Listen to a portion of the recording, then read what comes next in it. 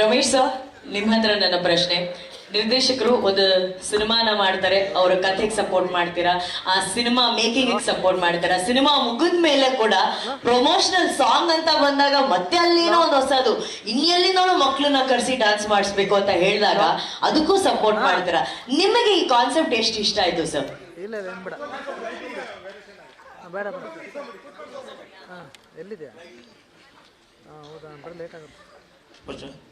ಎಲ್ಲರಿಗೂ ಕನ್ನಡ ರಾಜ್ಯೋತ್ಸವದ ಶುಭಾಶಯಗಳು.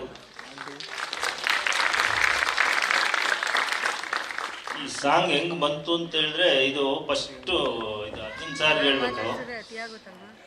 ಈ ಸಾಂಗ್ ನ ಮುಖ್ಯವಾಗಿ ಕಾರಣ ಈ ಎನರ್ಜಿ. ಇವಾಗ ಈ ಡ್ಯಾನ್ಸ್ ಆಡ್ಬೇಕಾದ್ರೆ ನಾನು ಫಸ್ಟ್ ಶಿವಣ್ಣನಿಗೆ ನಾನು ಚಿರಋಣಿ ಆಗಿರ್ತೀನಿ. ಯಾಕಂದ್ರೆ ಅವರು ಹಾಸ್ಪಿಟ್ಲಿಂದ ಬಂದು ಬರೀ 15 ದಿವಸಕ್ಕೆ ಬಂದಿದ್ದು ಸೆಟ್ಗೆ. ಇದು ನಾನು ಹೇಳಲೇಬೇಕು. ನಮ್ಮ ಶೂಟಿಂಗ್ ಮುಗಿಸ್ಕೊಂಡು ಫಾರಿನ್ಗೆ ಹೋದ್ರು, ಆಪರೇಷನ್ಗೆ ಮುಗಿಸ್ಕೊ ಬಂದು 15 ದಿವಸಕ್ಕೆ ನಮ್ಮ ಸೆಟ್ಗೆ ಬಂದರು. ಅಂದರೆ ನನಗೆ ಈ ಎನರ್ಜಿ ಎಲ್ಲೂ ನೋಡಿಲ್ಲ ನಾನು, ಯಾರು ಇನ್ಮೇಲೆ ನೋಡೋಲ್ಲ ಅನ್ಸುತ್ತೆ. ಬಟ್ ನಮ್ಮ ಪಾರ್ಟಿ ಸಪೋರ್ಟ್ ಕೊಟ್ಟಿರೋದು ಶಿವಣ್ಣ, ನಿಮಗೆ ಹ್ಯಾಂಡ್ಸ್ ಅಪ್ ಶಿವಣ್ಣ, ನಿಜಲ್ಲೂ ನನ್ನಂತ. ಯಾಕಂದ್ರೆ ನಾನು ಆ ಸಾಂಗಲ್ಲಿ ನಾನು ಒಂದು 2 ದಿನ ಹೋಗಿದ್ದೆ, 2-3 ದಿನ ಸೆಟ್ಗೆ ಹೋಗಿದ್ದೆ.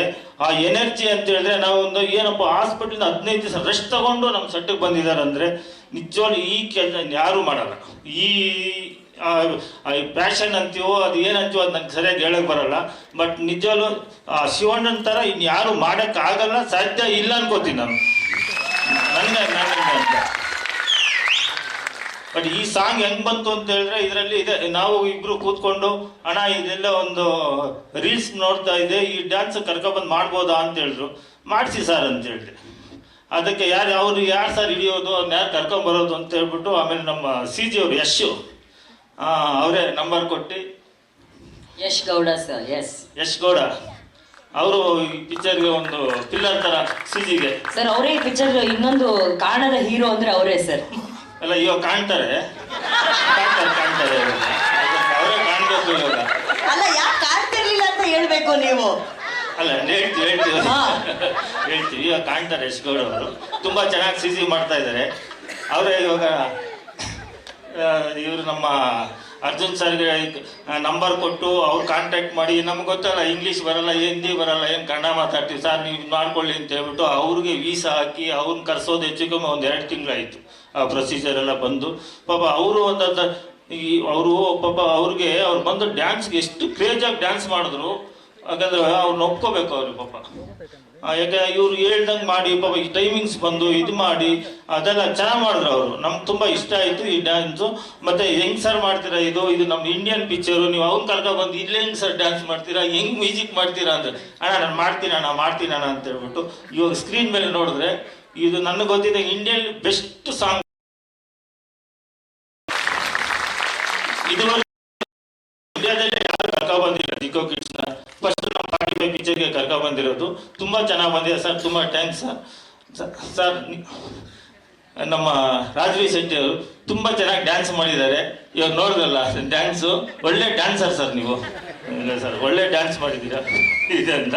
ನಿಮ್ಗೆ ಫುಲ್ ಎನರ್ಜಿ ಸರ್. ಎನರ್ಜಿಯಲ್ಲಿ ಎಷ್ಟು ಡ್ಯಾನ್ಸರ್, ಈ ಕಾಲ ಎತ್ತಿ ಅಲ್ಲ ಹಾಕ್ತೀರ, ಆ ಕಾಲ ಎತ್ತಿ ಇಲ್ಲ ಹೆಂಗೆ ಸರ್ ಡ್ಯಾನ್ಸ್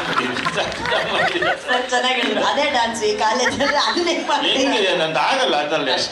ಅದಾದ್ರೆ ಟ್ರೈನಿಂಗ್ ಬೇಕು. ಇನ್ನು ನಮ್ಮ ಉಪ್ಪಿ ಸಾರ್ ಇಲ್ಲ, ನಾವು ಮಿಸ್ ಮಾಡ್ಕೊಂಡಿದ್ದೀವಿ, ಒಂದು ಶೂಟಿಂಗಿಂದ ಬಂದಿಲ್ಲ. ಗುರುಗಳೇ ಸ್ವಲ್ಪ ಶೂಟಿಂಗ್ ಇದೆ ಅಂತ ಹೇಳಿದ್ರು. ಪರವಾಗಿಲ್ಲ ಸರ್ ಅಂದರು. ನೆಕ್ಸ್ಟ್ ಪ್ರೋಗ್ರಾಮಲ್ಲಿ ಅವರು ಬರ್ತಾರೆ. ಅವ್ರದ್ದು ಎಲ್ಲ ಸ್ಟೆಪ್ಪುಗಳು, ಯಾಕಂದ್ರೆ 3 ಜನ ಸ್ಟೆಪ್ಪುಗಳು, ಅದನ್ನು ಇದು ಮಾಡಿ ಅದನ್ನು ಏನೇ ಆಗಲಿ ಅದು ಕ್ರೆಡಿಟ್ ಡೈರೆಕ್ಟರ್ಗೆ ಹೋಗ್ಬೇಕು. ಯಾಕಂದ್ರೆ ಅದನ್ನು ಪ್ಲಾನ್ ಮಾಡಿ ಮಾಡೋದು. ಆಮೇಲೆ ನಮ್ಮ ಕ್ಯಾಮ್ರಾಮ್ಯಾನು ಸತ್ಯ ಹೆಗ್ಡೆ ಸರು ನೀಟಾಗಿ ಇದು ಮಾಡಿದ್ದಾರೆ. ಫೋಟೋಗ್ರಫಿ ಆಗಲಿ, ಇವಾಗ ನೋಡಿ ನಾವು ಅದನ್ನು ಶೂಟಿಂಗ್ ಮಾಡಿದ್ದು ಎಲ್ಲೋ ತೋರಿಸಿ ನೋಡಿದ್ರೆ ಇವು ಯಾವ ಕಾಡಲ್ಲಪ್ಪ ಶೂಟಿಂಗ್ ಮಾಡಿದ್ವಿ ಅಂತ ಕಾಣ್ತಾ ಇದೆ. ಚೆನ್ನಾಗಿ ಮಾಡಿದ್ದಾರೆ. ಎಲ್ಲ ಚೆನ್ನಾಗಿ ಬಂದಿದೆ. ಫಸ್ಟ್ ನಮ್ಮ ಮಾಧ್ಯಮದವರಿಗೆ ನಿಮ್ಮ ಆಶೀರ್ವಾದ ಹಿಂಗೆ ಇರಲಿ. ಈ ಸಾಂಗ್ ತುಂಬ ಕಷ್ಟಪಟ್ಟು ಮಾಡಿದ್ದೀವಿ, ತುಂಬ ಚೆನ್ನಾಗಿ ಮಾಡಿದ್ದೀವಿ. ಇಂಡಿಯಾದಲ್ಲಿ ಫಸ್ಟ್ ಟೈಮ್ ನಾವು ಜಿಕೋ ಕಿಡ್ಸ್ ತಗೊಬಂದು ಒಂದು ಸಾಂಗ್ ಮಾಡಿದ್ದೀವಿ. ನಿಮ್ಮ ಸಪೋರ್ಟ್ ಚೆನ್ನಾಗಿರಲಿ. ಈ ಸಾಂಗೇ ಹಿಂಗಿದ್ರೆ ಪಿಕ್ಚರ್ ಹೆಂಗಿರತ್ತೆ ಅಂತ ನೀವೇ ಊಹೆ ಮಾಡ್ಕೊಳ್ಳಿ. ಒಂದು ಸ್ಮಾಲ್ ಬಿಟ್ಟು ತೋರಿಸಿದ್ದಾರೆ ನಿಮಗೆ ಪಿಕ್ಚರ್ದು. ಶಿವಣ್ಣದು, ಉಪೇಂದ್ರ ಸರ್ದು, ಇದು ನಮ್ಮ ರಾಜ್ವಿ ಶೆಟ್ಟಿದು. ನೀವು ನೋಡಿ ಈ ಸಾಂಗೇ ಹಿಂಗಿದ್ರೆ ಪಿಕ್ಚರ್ ಹೆಂಗಿರತ್ತೆ ಅಂತ ನೀವೇ ಊಹೆ ಮಾಡ್ಕೋಬಹುದು ಅಂತ. ಎಲ್ಲರಿಗೂ ನಮಸ್ಕಾರ, ಧನ್ಯವಾದಗಳು. Thank you Ramesh sir.